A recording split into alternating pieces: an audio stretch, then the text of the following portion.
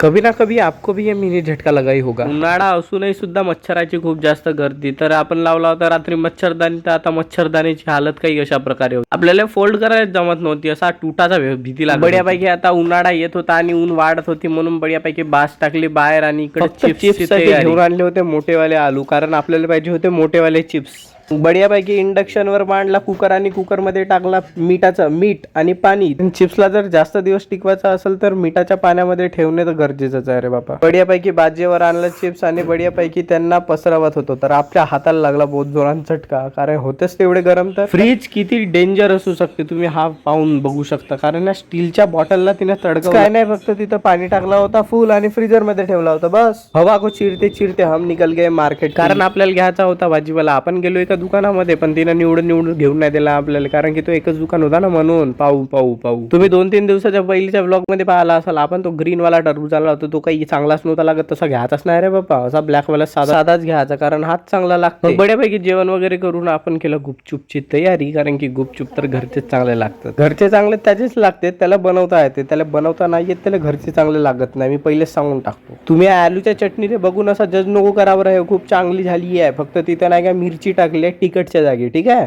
बड्यापैकी लेटलो होतो तर आपल्याला दिसली तेलाची प्लेट. हवे तेलाची प्लेट नाही, भाजी मधला तेल साईडले काढलेली प्लेट आहे. किती सांगावं त्या स्वयंपाकवाल्या बाईला, तिथं स्टिकर सुद्धा चिटकवून ठेवला. मग रात्री बड्यापैकी खाल्ली तेलाच्या नंतर चॉकलेट वाली आईस्क्रीम. Bye bye.